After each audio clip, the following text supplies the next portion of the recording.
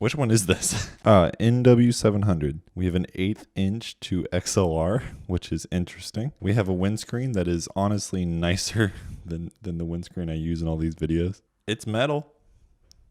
What more do you want? Here it is, number 2. And here we go. It genuinely feels heavier than the NW-700 does. Let's review them. Hi friends, just want to start off by saying I have an Instagram and a TikTok now.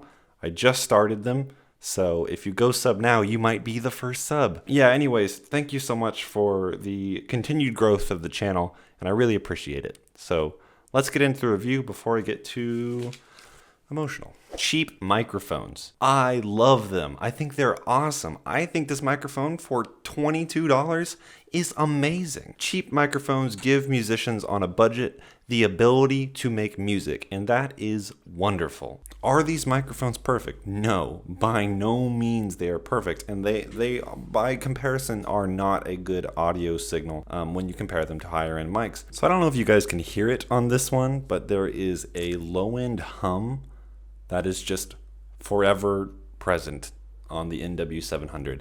It came broken. So that should talk about the reliability of these microphones. Let me show you. You hear it now? Do you hear it now? And the ground keeps slipping on this one, so every once in a while it'll just bring in a different buzz at some points. This is why, in my experience, the NW-800 has been much nicer to work with. And for $20, this is honestly amazing. It's an incredibly impressive microphone for the money. If you're coming to know if the price is worth it, it is.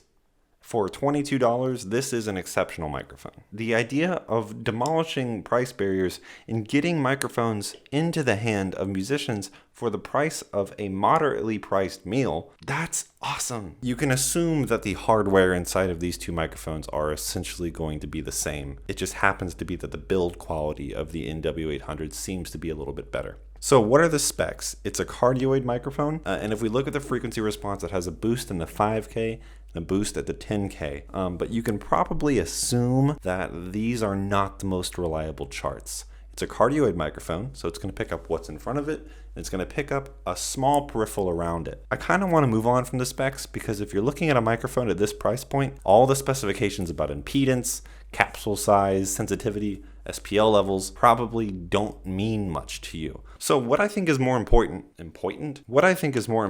a microphone of this class is to talk about what you lose rather than the specifications themselves. One thing is reliability. The newer NW-700 came kind of broken. So keep that in mind. Noise rejection is going to be worse on these microphones. You'll notice you might hear more of the room, you might hear more of the outside environment around me than you would on a typical microphone review because of the fact that this is not going to reject a lot of noise. You get a lot of high self noise. They have a lot of reverberance inside of them, like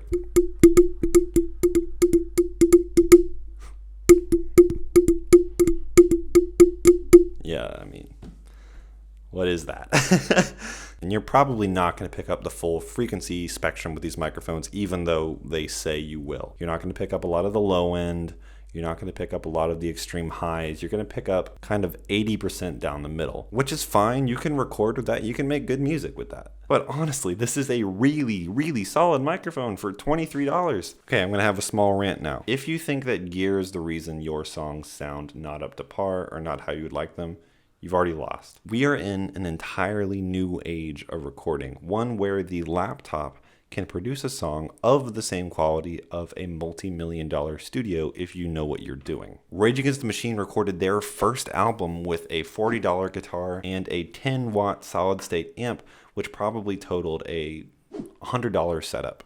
And they won a Grammy. There are plenty of reasons to give yourself the excuse as to why your music doesn't sound good. And one of the easiest scapegoats is gear. You can do a lot of cool production techniques with terrible microphones. They have their own sound, just like everything else does. And I know a lot of audiophiles out there who sneer at this sort of common phrase, oh, every microphone's different. A $200 microphone might sound good on someone's voice while a $3,000 microphone won't. And a lot of people like to call BS at that. I don't. I genuinely think there's a place for each sound profile of each microphone, just like there's a time and place for each sound on a guitar. There's a reason old cheap parlor style guitars from the 40s and the 50s that sold at Sears are really desirable now. They have a sound that classified a genre with their tone. You can get really specific, identifiable sounds out of cheap microphones that you wouldn't get from a really expensive microphone, and it might work. To prove my point, I'm going to take the NW-800 here, since the NW-700 isn't really working, and I'm going to make a small beat with it. I'm going to improv over it, all of it being recorded with the Neewer, except for the drum loop, which I made in Ableton, all with stock plugins. We're going to swap between a completely untreated sound and the mixed track, so you can hear what this thing sounds like after you do some work on it, and what it sounds like just right out of the gate.